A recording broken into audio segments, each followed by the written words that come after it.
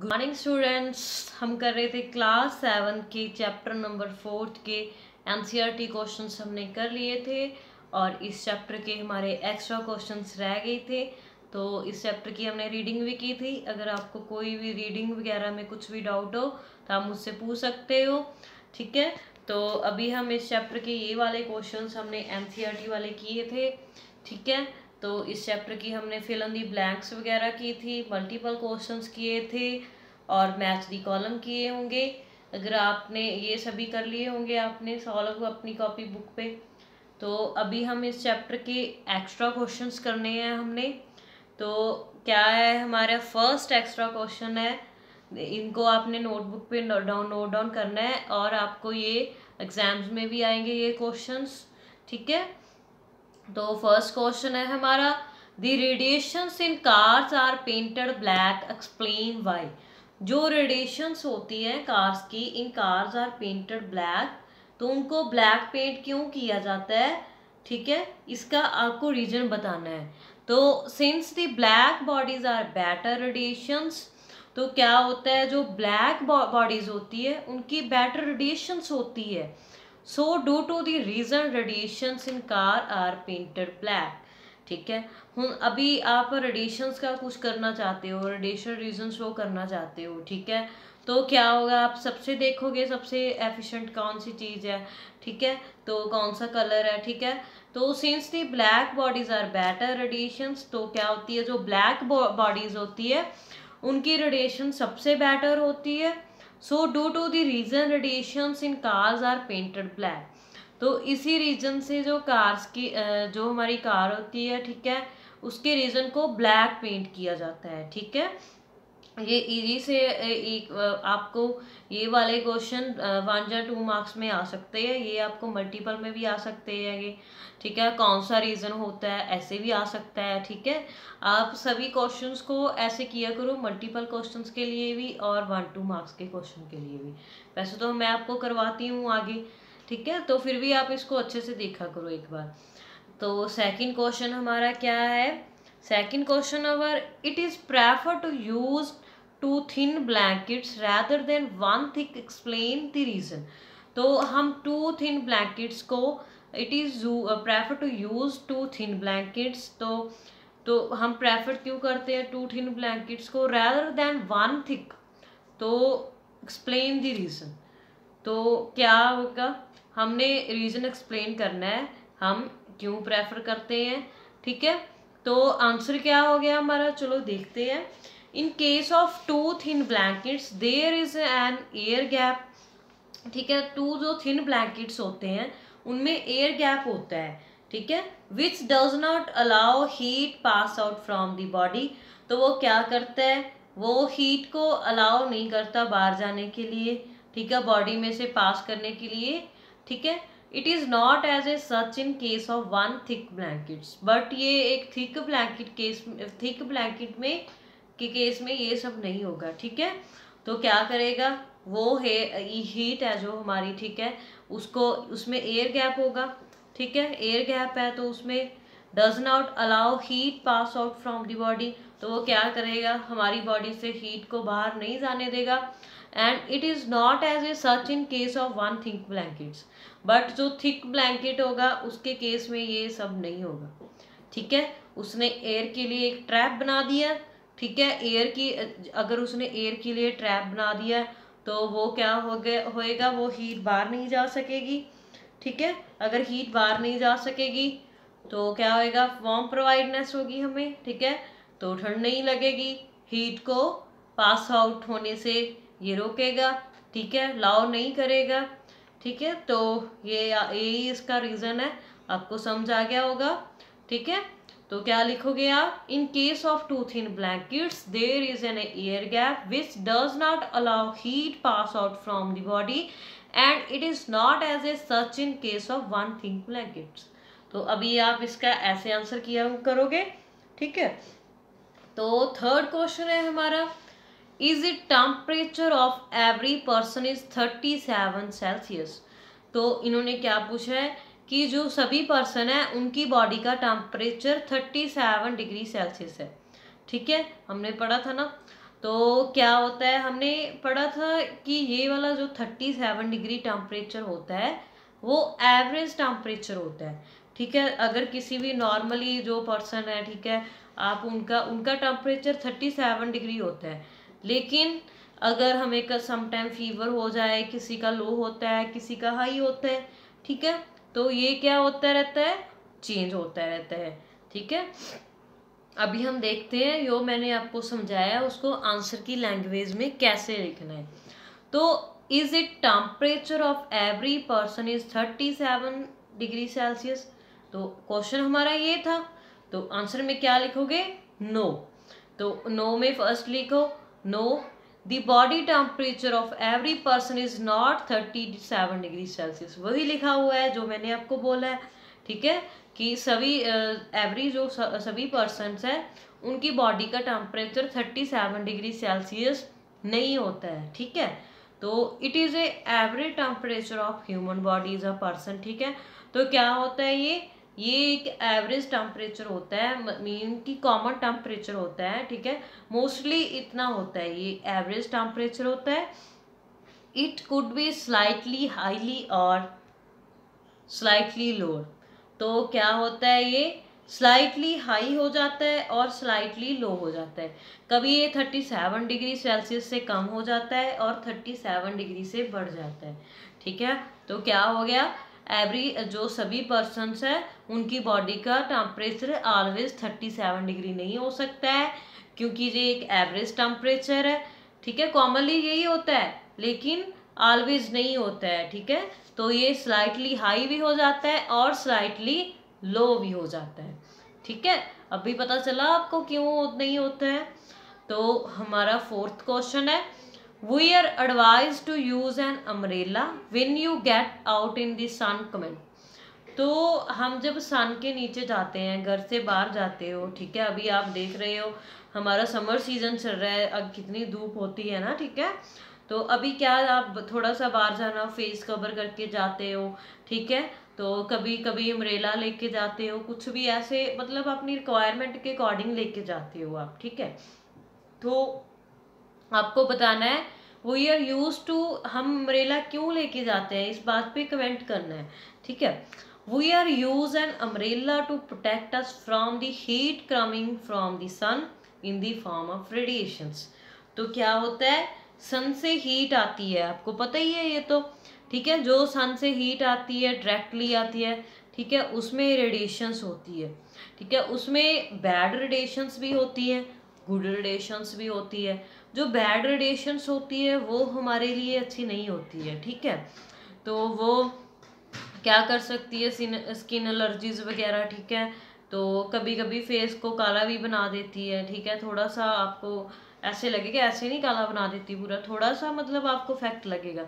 तो उनसे वो हीट से प्रोटेक्ट करने के लिए हम क्या किसका यूज़ करते हैं, अम्ब्रेला का यूज़ करते हैं। तो हम क्या लिखेंगे आंसर में, we are use an umbrella to protect us from heat coming from the sun in the form of radiations. तो वो क्या करते हैं, हम अम्ब्रेला का यूज इसीलिए करते हैं क्योंकि वो हमें सन रे से प्रोटेक्ट करती है, ठीक है। जो सन की बैड रेडिएशंस होती है, ठीक है, जो हमारे लिए अच्छी नहीं है, ठीक है, उनसे बचाने के लिए हम अम्ब्रेला का, बचने के लिए अम्ब्रेला का यूज करते हैं, ठीक है। तो क्या लिखोगे, सिंपली फॉर ए प्रोटेक्शन, ठीक है, प्रोटेक्शन अस लिखोगे, जहाँ प्रोटेक्शन हमारी अपनी के लिए, तो हम अम्ब्रेला का यूज करते हैं क्योंकि वो हमें सन रे से, बैड सन रे से प्रोटेक्ट करती है, ठीक है। तो फिफ्थ क्वेश्चन है हमारा, state the limitations of clinical thermometer. तो हमने इस चैप्टर में बहुत सारे थर्मोमीटर्स के बारे में पढ़ा था। हमने क्लिनिकल थर्मोमीटर के बारे में पढ़ा था, डिजिटल थर्मोमीटर के बारे में पढ़ा था, लेबोरेटरी थर्मोमीटर के बारे में पढ़ा था, वेदर वाला थर्मोमीटर था, इन सभी थर्मोमीटर के बारे में पढ़ा था। तो अभी हमने क्या करना है, इस जो क्लिनिकल थर्मोमीटर होता है उसकी आपको लिमिटेशंस बतानी है, ठीक है। उनमें कुछ कमी थी तो वो सभी आपको बतानी है।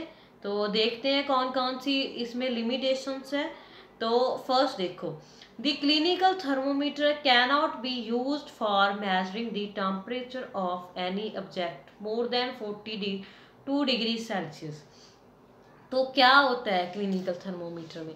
जो हमारा क्लिनिकल थर्मोमीटर होता है वो 42 डिग्री सेल्सियस से किसी भी ऑब्जेक्ट का टेम्परेचर ज़्यादा हो, ठीक है, उसको ये मेज़र नहीं कर सकता है, ठीक है। 42 से ज़्यादा, 42 से नीचे कर सकता है, ठीक है। 42 से ज़्यादा होगा तो ये उसको मेज़र नहीं करेगा, ठीक है। तो more than the body temperature, ठीक है, ये मोर देन बॉडी टेम्परेचर से ज़्यादा होगा तो उसको मेज़र नहीं करेगा। It is kept in the sun or near a flame than this clinical thermometer, ठीक है। तो अभी आपको पता चल गया क्या इसकी लिमिटेशन है, क्योंकि ये 42 डिग्री सेल्सियस से ज़्यादा टेम्परेचर को मेज़र नहीं कर सकता है, ठीक है, ये इसकी लिमिटेशन होगी, ठीक है। तो ये क्लिनिकल थर्मोमीटर होता है जो हमारी बॉडी का टेम्परेचर मेज़र करने के लिए यूज़ किया जाता है, ठीक है। तो ये 42 तक ही मेज़र करता है, उससे ज़्यादा मेज़र नहीं करते हैं, ठीक है। ये इसकी एक लिमिटेशन होगी, ठीक है। अभी आपको पता चल गया इस क्वेश्चन का आंसर। अच्छे से समझ के करो, किसी और थर्मोमीटर में और की लिमिटेशंस वगैरह ना लिख देना। अच्छे से आप पहले सभी थर्मोमीटर्स का एक टेबल बनाओ, उसमें वारी वारी ऊपर लिखो लाइन लगा के ये थर्मोमीटर, उसके बाद उसको कंपेयर करके करो, आपको इजी सभी जो थर्मोमीटर्स हैं उसके बारे में लर्न हो जाएगा, ठीक है। तो 6 क्वेश्चन है हमारा, instead of water explain the reason why the mercury use thermometer. तो इसका क्या आंसर है? इंस्टेड ऑफ वाटर, ठीक है। तो why the mercury used thermometer, तो मर्करी का क्यों यूज़ किया जाता है थर्मोमीटर में? तो अभी हम देखते हैं इसका क्या आंसर है, क्यों किया जाता है। Due to the following reasons mercury use instead of water. कुछ रीजन्स हैं जिसके कारण मर्करी का यूज़ किया जाता है इंस्टेड ऑफ वाटर। तो अभी देखते हैं क्या क्या है। तो फर्स्टली देखो, when thermometer breaks the mercury can be easily collected. तो जब भी थर्मोमीटर समटाइम टूट जाता है, ठीक है, ब्रेक हो जाता है, तो जो मर्करी होती है उसको ईजिली कलेक्ट हो जाती है, ठीक है। The mercury can be easily collected, तो मर्करी ईजिली कलेक्ट हो जाती है। Mercury can has more expensive than water, ठीक है। तो mercury more expensive than water है, ठीक है। Also mercury do not stick on the walls of thermometer, ठीक है। ये जो मर्करी होती है वो स्टिक नहीं शो करती है, ठीक है। वॉल्स ऑफ थर्मोमीटर की स्टिकीपन नहीं शो करती है। जो थर्मोमीटर्स की वॉल्स होती हैं, ठीक है, आले दुआले यहाँ पे ये लगी होती है, ठीक है। ये इसके रीजंस हो गए, ठीक है, इसीलिए हम mercury use instead of water, ठीक है। फर्स्ट हो गया, ब्रेक करने के बाद इजीली कलेक्ट हो जाती है। उसके बाद मोर एक्सपेंसिव दैन वाटर है, डू नॉट स्टिकी है, ठीक है। ये सभी रीजंस के कारण, ठीक है, मर्करी इज यूज्ड, ठीक है। तो अभी आपको ये समझ आ गया क्वेश्चन। तो अभी हम देखते हैं हमारा नेक्स्ट क्वेश्चन क्या है। What is the lowest point of an ordinary laboratory thermometer. तो जो क्या है हमारा लेबोरेटरी का थर्मोमीटर होता है, हमने उसका ऑर्डिनरी जो होता है कितने से कितने तक उसका टेम्परेचर वगैरह होता है, उसके पॉइंट, ठीक है, कितने तक होता है वो बताना है आपको। 1 मार्क में ये क्वेश्चन आ सकता है, ठीक है। तो अभी आपको ये क्वेश्चन ऐसे भी आ सकता है, मिनिमम और मैक्सिमम पॉइंट बताओ, ठीक है, ऐसे भी आ सकता है, ठीक है। मिनिमम पॉइंट भी लिखा हो सकता है लोएस्ट पॉइंट की जगह पे। तो आंसर करोगे आप 0 degree Celsius and -10 degree Celsius. तो कितना हो गया? तो लोएस्ट पॉइंट क्या है इसका? सबसे lowest 0 degree Celsius to -10 degree Celsius, ठीक है। अभी आप इसका ये आंसर करोगे लेबोरेटरी थर्मोमीटर का। आपको मैंने यही बताया, आप अच्छे से टेबल बना के इसको लर्न करो, सभी थर्मोमीटर्स के बारे में आपको लर्न हो जाएगा, ठीक है। ये क्वेश्चन इंपॉर्टेंट है आपके थर्मोमीटर के बारे में, इस चैप्टर में मोस्टली क्वेश्चन आते हैं। Why is the bulb of thermometer made of thin glass. तो जो थर्मोमीटर का बल्ब होता है वो थिन ग्लास से क्यों बनाया जाता है? तो thermal energy is the sum of energy possessed by all the moving molecule of the substance, ठीक है। तो जो थर्मल एनर्जी होती है is the sum of energy possessed by all moving molecules of the substance and while temperature tells how hot और cold substance. तो क्या होती है thermal energy? Sum of the energy, ये उस एनर्जी का सम होती है by all moving molecules of substance. जो हमारे सब्सटेंस होते हैं उनमें आपको मैंने बताया था मॉलिक्यूल्स मूव करते हैं, उसमें जो कोई भी सब्सटेंस है उसमें मॉलिक्यूल मूव करेंगे, ठीक है। तो थर्मल एनर्जी उनका सम होती है, ठीक है। तो क्या करती है ये वाली energy? While temperature tells how hot और कोल्ड इज सब्सटेंस। तो ये क्या बताती है? हमारा जो टेम्परेचर है वो हॉट है या कोल्ड है, ठीक है, उसके बारे में बताती है। It is the measure of how fast और स्लो द मॉलिक्यूल्स मूविंग। तो ये बताती है हमें जो मॉलिक्यूल्स हैं हमारे हाउ फास्ट, कितने फास्ट है और कितने स्लो है, ठीक है। Temperature indicates the level of thermal energy but it does not tell how much energy is present in this substance. तो क्या करती है ये? हमें बताती है थर्मल एनर्जी का लेवल बताती है ये, ठीक है। तो उसके बाद ये बताती है how much energy is present in this substance.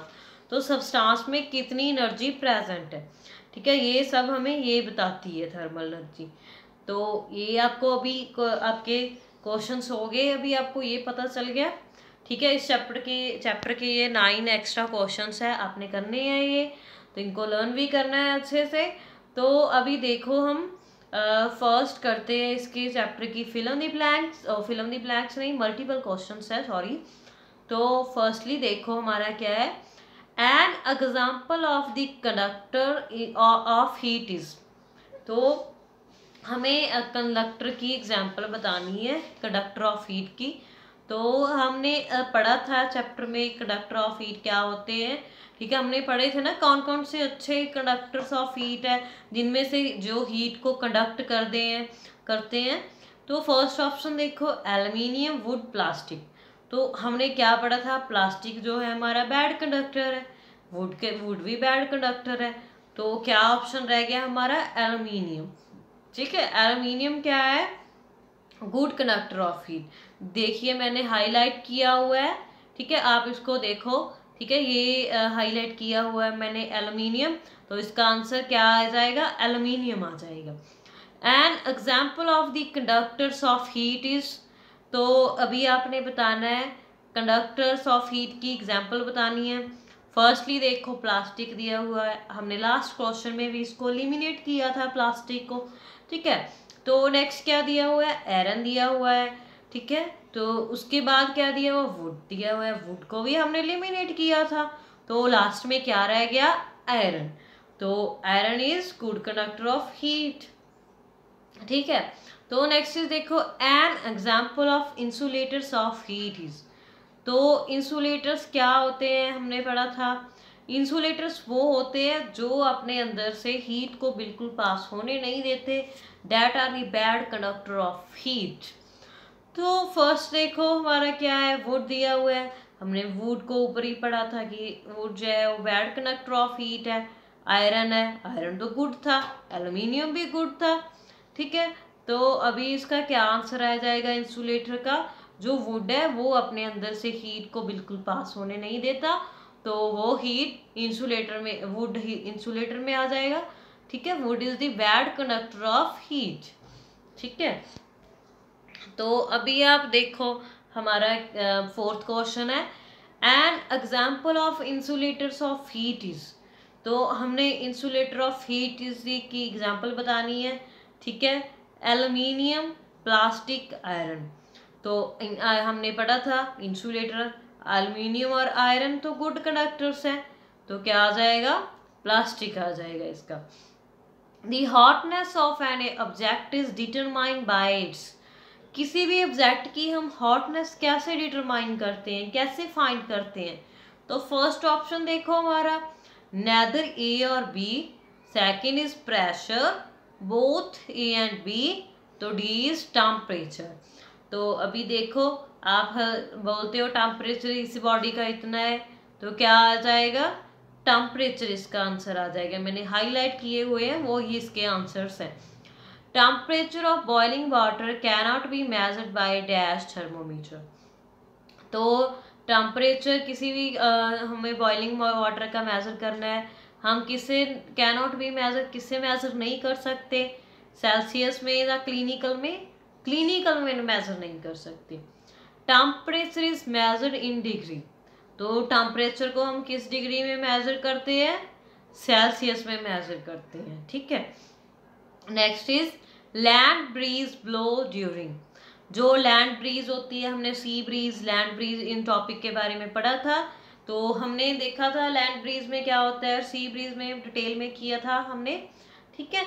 तो अभी आप देखो इसका क्या आंसर आ जाएगा। लैंड ब्रीज कब होती है, विंटर में, नो। समर में, नो। ये नाइट और डे में होती है, ठीक है। हमने पढ़ा था सी ब्रीज कब होती है, डे में, और लैंड ब्रीज नाइट में होती है, ठीक है। तो इसका आंसर नाइट आ जाएगा। तो next question, transfer of heat from pan to water is by, जो ट्रांसफर होता है हीट का पैन टू वाटर, तो कैसे किस प्रोसेस में हम उसको शो करेंगे, रेडिएशन, कंडक्शन, कन्वेंशन। तो ये मैंने आपको एक डायग्राम में कराया था। अगर आपने ये समझना है तो आपको इस चैप्टर की पुरानी वीडियो देखनी होगी, ठीक है। पुरानी अच्छे से आप बुक पे देखो आपका कंसेप्ट। तो कंडक्शन आ जाएगा, इसका कंडक्ट कर रहे हैं हीट को, ट्रांसफर, ठीक है। तो transfer of heat within water is by, तो transfer of heat within water is by कैसे होगा, रेडिएशन से नहीं होगा, कंडक्शन से नहीं होगा, कन्वेंशन से होगा, ठीक है। ए wooden spoon is dipped in A cup of ice cream it's other and, तो जब हम एक हमारे वुडन स्पून को कप ऑफ आइसक्रीम में डिप करेंगे तो क्या होगा इसके एंड पे, डज नॉट बिकम कोल्ड, तो उसका एंड कोल्ड नहीं होगा।